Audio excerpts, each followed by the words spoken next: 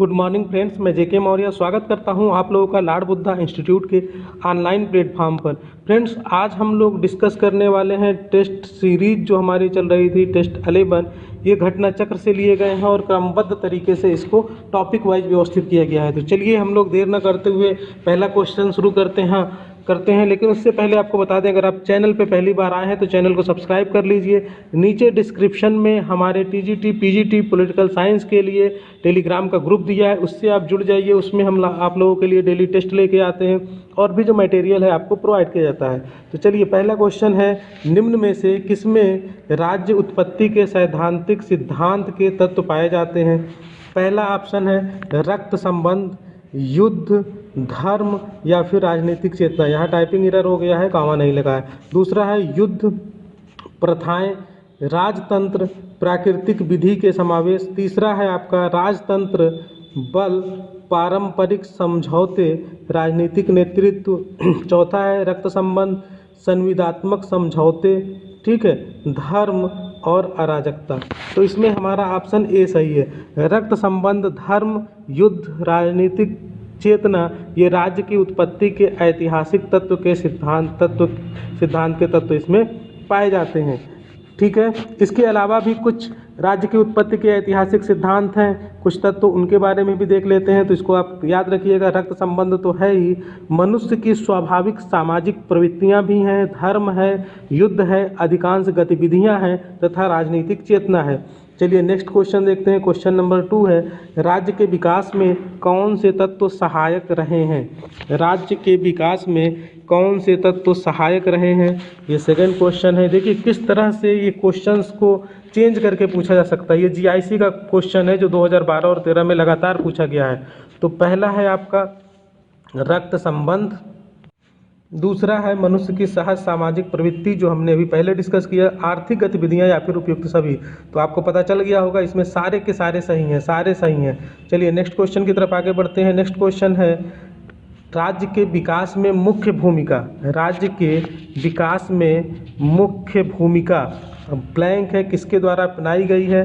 तो पहला ऑप्शन है रक्त संबंध, धर्म यहाँ कामा लगा दीजिए, समझौता और फिर आर्थिक गतिविधियाँ। दूसरा है रक्त संबंध, धर्म, शक्ति, राजनीतिक चेतना। रक्त संबंध, धर्म, शक्ति, राजनीतिक चेतना या फिर आर्थिक गतिविधियाँ। और इसके बाद रक्त संबंध, शक्ति कामा लगा दीजिए, प्राकृतिक अधिकार और सामान्य इच्छा। तो इसमें से कौन सा सही है? तो इसमें आपका ऑप्शन सी सही है। आपका ऑप्शन कौन सा सही है? ऑप्शन सी सही है। रक्त संबंध, धर्म, शक्ति, राजनीतिक चेतना और आर्थिक गतिविधियां, जिसका डिस्क्रिप्शन हम लोगों ने पहले वाले क्वेश्चन में देख लिया था।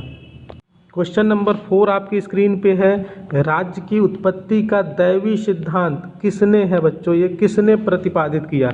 किसने राज्य की उत्पत्ति का दैवी सिद्धांत किसने प्रतिपादित किया? ऑप्शन है कार्ल मार्क्स, गिलक्राइस्ट, जेम्स प्रथम या फिर एच.जे. लास्की ने।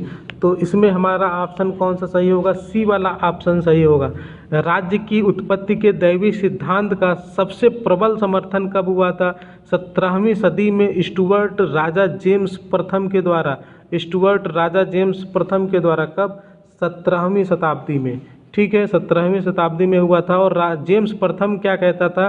राजा लोग पृथ्वी पर ईश्वर की जीवित प्रतिमाएं हैं। क्या कहता था ये? राजा लोग पृथ्वी पर ईश्वर की जीवित प्रतिमाएं हैं। दैवी उत्पत्ति का सिद्धांत जो है बच्चों, ये सबसे प्राचीन सिद्धांत है और इसके अनुसार राज्य मानवीय नहीं है। इसके अनुसार क्या है? राज्य मानव द्वारा निर्मित संस्था नहीं है, वरन ईश्वर द्वारा स्थापित एक दैवीय संस्था है। ईश्वर द्वारा स्थापित एक कैसी संस्था है? जैविक संस्था है। और इसके विविध धर्म ग्रंथों में भी इस सिद्धांत का समर्थन किया गया है, ठीक है। यहूदी धर्म की अगर प्रसिद्ध पुस्तक की बात करें, ओल्ड टेस्टामेंट, महाभारत की बात करें, मनुस्मृति की बात करें, इन सभी में इसका उल्लेख किया गया है, ठीक है। चलिए अब आगे बढ़ते हैं। क्वेश्चन नंबर 5 आपकी स्क्रीन पे है, राज्य की उत्पत्ति का सबसे प्राचीनतम सिद्धांत कौन सा है? तो अभी हम लोगों ने डिस्कस कर लिया है कि राज्य की उत्पत्ति का सबसे प्राचीनतम सिद्धांत कौन सा है? दैवीय उत्पत्ति का सिद्धांत सबसे प्राचीनतम सिद्धांत है। नेक्स्ट क्वेश्चन आपकी स्क्रीन पे है, मनु राज्य की उत्पत्ति के किस सिद्धांत के समर्थक थे? ठीक है, ऑप्शन है दैवी सिद्धांत, ये सिद्धांत कर लीजिएगा, सामाजिक समझौता सिद्धांत, विकासवादी सिद्धांत, या फिर इनमें से कोई नहीं। तो ये कौन थे? दैवी सिद्धांत के समर्थक थे।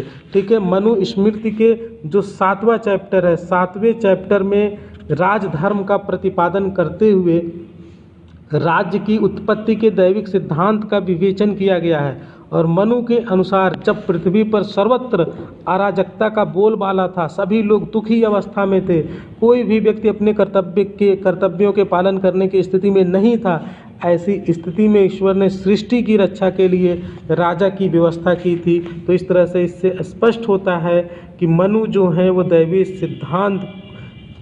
सिद्धांत के समर्थक थे। चलिए नेक्स्ट क्वेश्चन है, मनु के राज्य की उत्पत्ति का सिद्धांत आधारित है। देखिए ये भी जीआईसी का क्वेश्चन है, इसके पहले वाला भी जीआईसी का क्वेश्चन था।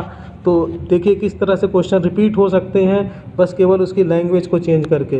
तो इसको बताने की ज़रूरत नहीं है। इसमें आपका कौन सा हो जाएगा? दैवी सिद्धांत पर। चलिए next question, question number 8, Kautilya के राज्य के दैवी सिद्धांत में कितने देवता हैं? कौटिल्य के राज्य के दैवी सिद्धांत में कितने देवता हैं? तो अगर आप बात करें तो सामान्यतः कौटिल्य को राज्य की उत्पत्ति के, तो जो कौटिल्य थे ये राज्य की उत्पत्ति के समझौतावादी सिद्धांत का समर्थक माना जाता है कौटिल्य को। मनु ने 8 देवताओं के अंशों से निर्मित माना है राजा को, लेकिन कौटिल्य ने राज्य या राजा के निर्माण में दैवी भूमिका को नहीं माना है। तो ये क्वेश्चन आया हुआ था हिमाचल प्रदेश असिस्टेंट प्रोफेसर के एग्ज़ाम में। तो इसके ये चारों ऑप्शन गलत हैं, इसके चारों ऑप्शन गलत हैं क्योंकि इन्होंने नहीं माना है। तो यहाँ पे आप या तो एक ऑप्शन और बढ़ा लीजिए नन, तो आपका ये सही हो जाएगा। ठीक है, तो देखिए इस तरह से एग्ज़ाम में भी ऑप्शन गलत दे दिए जाते हैं। क्वेश्चन नंबर 9 देख लीजिए, मनु के विराट पुरुष की अवधारणा में राजा के पास कितने देवताओं की शक्ति होती है? अब देखिए ये सही है, मनु ने माना है, तो इसमें हमारा ऑप्शन 4, 7, 15 या 8 है, तो ऑप्शन डी सही हो जाएगा। मनु के अनुसार राजा की रचना 8 देवताओं के उत्कृष्ट अंशों को लेकर की गई है। और ये 8 देवता कौन है? 8 देवता कौन है? सूर्य है, यम है, कुबेर है, इंद्र है, वरुण, पवन, चंद्र और अग्नि की शक्तियों और तत्वों का समावेश करके राजा का निर्माण किया गया है। यानी कि इन 8 देवताओं की शक्ति किसमें है? राजा में है, अंश है। राजधर्म सिद्धांत मनु द्वारा दिया गया है, जिसमें राजा को राज्य के प्रति दैवी स्वरूप प्रदान किया गया है। तो 8 देवता याद रखिए, नाम भी याद रखिए, पूछा जा सकता है। चलिए नेक्स्ट क्वेश्चन की तरफ आगे बढ़ते हैं। नेक्स्ट क्वेश्चन है क्वेश्चन नंबर 10 आपकी स्क्रीन पे, राजधर्म का सिद्धांत किसके द्वारा दिया गया है? तो ये तो आप समझ ही गए होंगे किसके द्वारा दिया गया है, बताने की शायद ज़रूरत नहीं है। तो चलिए हम बता दे रहे हैं, कौन है? मनु है, मनु। नेक्स्ट क्वेश्चन की तरफ आगे बढ़िए। क्वेश्चन नंबर 11 है, राज्य की उत्पत्ति का दैवी सिद्धांत नहीं मानता। क्या लिखा है इसमें? नहीं शब्द है, नहीं शब्द पे आप लोग ध्यान दीजिएगा। नहीं मानता है, क्या नहीं मानता है? कि राजा लोग पृथ्वी पर जीवित प्रतिमाएं हैं, राजा ईश्वर का प्रतिनिधि होने के नाते केवल उसी के प्रति उत्तरदायी है। तीसरा ऑप्शन है आपका, राज्य, सरकार और वास्तव में सभी संस्थाएं मानवीय चेतना की परिणाम हैं, और ये ऐसी कृतियां हैं जो मानव के नैतिक उद्देश्यों को समझने के फलस्वरूप उत्पन्न हुई है। और जो चौथा ऑप्शन है, राजा के प्रति विद्रोह की भावना ही ईश्वर के प्रति विद्रोह है। जो ऐसा करेगा उसे मृत्युदंड मिलेगा। ठीक है, उसे मृत्युदंड मिलेगा। तो इसमें से पूछ रहा है कि कौन सा दैवी सिद्धांत नहीं मानता है। तो आपको पढ़ के क्वेश्चन अगर आपने थोड़ा सा भी दिमाग लगाया होगा तो आपको समझ में आ गया होगा। तो इसमें ऑप्शन सी सही होगा, राजा, सरकार और वास्तव में सभी संस्थाएं हैं। ये संस्थाएं हैं, मानवीय चेतना का परिणाम है। वो मानवीय चेतना का परिणाम नहीं मानता है, बल्कि जो बाकी 1, 2 और 4 चौथा स्टेटमेंट है इन सभी को मानता है। चलिए नेक्स्ट क्वेश्चन देखते हैं। क्वेश्चन नंबर 12 आपकी स्क्रीन पे है। नीचे दो वक्तव्य दिए गए हैं, इनमें से एक कथन को ए कहा गया है, हालांकि ये स्टेटमेंट ही छूट गया है, और दूसरा आर है, ठीक है, दूसरे का कारण है, लेकिन ये चूंकि क्वेश्चन मिस हो गया तो इसको छोड़ देते हैं। आगे बढ़ते हैं। क्वेश्चन नंबर 13 आपकी स्क्रीन पे है। राज्य की उत्पत्ति का दैवीय सिद्धांत। राज्य की उत्पत्ति का दैवीय सिद्धांत, यहाँ पे ये डैश होना चाहिए। धर्म को राजनीति से मिलाता है, राजनीतिक नहीं है, राजनीति से मिलाता है। दूसरा है धर्म को राजनीति से अलग करता है, धर्म को राजनीति से अलग करता है। तीसरा है सामंतीय शासक को सर्वोच्चता में विश्वास करता है, और चौथा है लोकप्रिय संप्रभुता में विश्वास करता है। तो इसमें हमारा ऑप्शन कौन सा सही? दैवीय सिद्धांत की जब भी बात करेंगे तो संप्रभुता की बात, लोकप्रिय संप्रभुता, सामंतीय शासक नहीं होगा। धर्म को राजनीति से अलग कैसे कर सकता है, उसमें तो धर्म को जोड़ देगा। तो इसमें कौन सा सही है? धर्म को राजनीति से मिलाता है, धर्म को क्या करता है? राजनीति से मिलाता है, ठीक है। और इस सिद्धांत की धार्मिक ग्रंथों में स्पष्ट रूप से अभिव्यक्ति मिलती है, चाहे आप ईसाई धर्म की बात करें, मुसलमान धर्म की बात करें, हिंदू, यहूदी तथा विश्व के सभी धर्म के लोग इस मत को मानते हैं कि राजनीतिक सत्ता का मूल क्या है? दैवीय वरदान है, ठीक है। तो चलिए आगे बढ़ते हैं। नेक्स्ट क्वेश्चन 14 क्वेश्चन आपकी स्क्रीन पे है। राजनीतिक चेतना राज्य की उत्पत्ति के सिद्धांत का एक कारक है, यह किस सिद्धांत से संबंधित है? तो ऑप्शन है शक्ति का सिद्धांत, दैवीय उत्पत्ति का सिद्धांत, सामाजिक समझौते का सिद्धांत, या फिर विकासवादी सिद्धांत।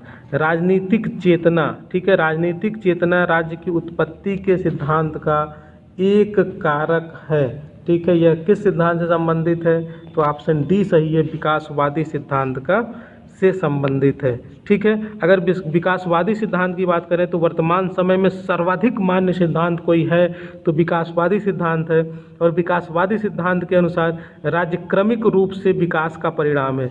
इसके विकास में अनेक कारकों यथा रक्त संबंध, मनुष्य की स्वाभाविक सामाजिक प्रवृत्तियाँ, धर्म, शक्ति, राजनीतिक चेतना आदि ने योगदान दिया है, परंतु राज्य के विकास में राजनीतिक चेतना सर्वाधिक महत्वपूर्ण कारक है, ठीक है। अगर हम गिलक्राइस्ट का एक स्टेटमेंट लें तो गिलक्राइस्ट ने कहा है कि राज्य के निर्माण के सभी तत्वों के तह में, जिसमें रक्त संबंध व धर्म सम्मिलित है, राजनीतिक चेतना है जो सबसे मुख्य तत्व है। ब्लंटसली ने भी इसी प्रकार कहा है कि मनुष्य में सामाजिक जीवन की इच्छा ही राज्य निर्माण का कारण बनती है। चलिए अब नेक्स्ट क्वेश्चन देखते हैं। क्वेश्चन नंबर 15 आपकी स्क्रीन पे है। नागरिक शास्त्र के शिक्षण का प्रमुख लक्ष्य अच्छे नागरिक तथा उच्च श्रेणी का नागरिक चरित्र उत्पन्न करना है, यह किसने कहा है? इसका आंसर है E.M. White, M.P. Moffat, Binning and Binning, F.J. काउट। जल्दी बताइए। ये जो क्वेश्चन है GIC में पूछा गया है 2012 में, ठीक है, तो ये इंपॉर्टेंट क्वेश्चन है। तो इसका आंसर देख लेते हैं। आंसर सी सही है, बिनिंग एंड बिनिंग। कौन है? Binning and binning. चलिए नेक्स्ट क्वेश्चन देखते हैं। क्वेश्चन नंबर 16 है। सामाजिक समझौता सिद्धांत वर्णन करता है किस चीज़ का? राज्य के स्वरूप का, राज्य के कार्यों का, राज्य की उत्पत्ति का, या फिर इनमें से कोई नहीं। तो इसमें सामाजिक समझौता सिद्धांत आप लोगों ने पढ़ा होगा, हाब्सबर्ग और रूसो ने दिया था। हाब्सबर्ग रूसो इसके समर्थक थे। तो इसमें कौन सा है? ये राज्य की उत्पत्ति का सिद्धांत है, ठीक है। क्या है ये? राज्य की उत्पत्ति का सिद्धांत है, और इस सिद्धांत के अनुसार राज्य दैवीय न होकर एक मानवीय संस्था है। कैसी संस्था है? मानवीय संस्था है, जिसका निर्माण व्यक्तियों द्वारा पारस्परिक समझौते के आधार पर किया गया है। तो ये आप लोगों को समझ में आ गया होगा। चलिए, और इस सिद्धांत का अगर उद्भव हुआ, ठीक है, तो कैसे हुआ? हाब्स व लॉक के द्वारा, ठीक है। हाब्स और लॉक 17वीं शताब्दी में, ठीक है, हाब्स और लॉक के द्वारा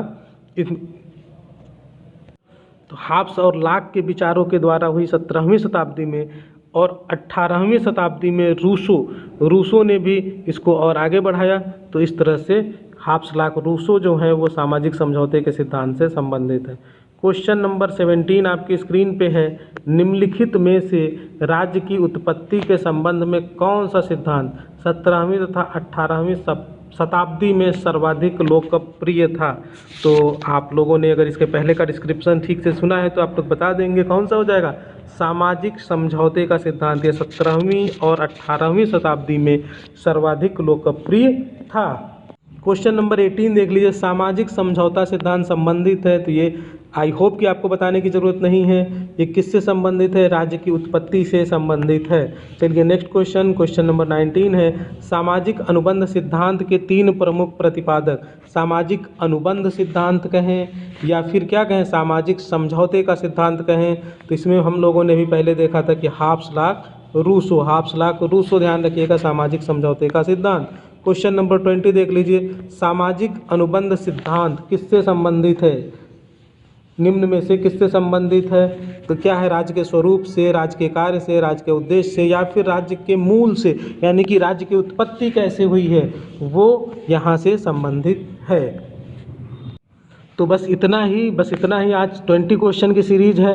और अब आप लोगों के रिक्वेस्ट पे मैं लाइव टेस्ट लेके आने वाला हूँ, क्योंकि आपका एग्ज़ाम करीब है।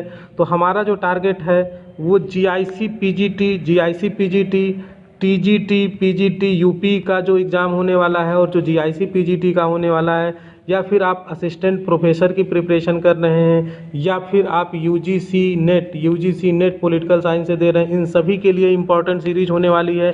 तो मैं आप लोगों को एक दिन पहले जो है टॉपिक शेयर कर दूंगा, और उसी से लाइव क्लास होगी कितने बजे? 11 बजे सुबह, रोज़ 11 बजे आपकी लाइव टेस्ट होगा। तो आप लोग इसके लिए रेडी रहिएगा और आप लोग अटेंड करिए। अगर आप चैनल पे पहली बार आए हैं तो चैनल को सब्सक्राइब कर दीजिए, लाइक कर दीजिए, और ज़्यादा से ज़्यादा दोस्तों को शेयर करिए ताकि सबका बेनिफिट मिल सके। ओके बच्चों, थैंक यू। मिलते हैं 11 बजे के लाइव क्लास में।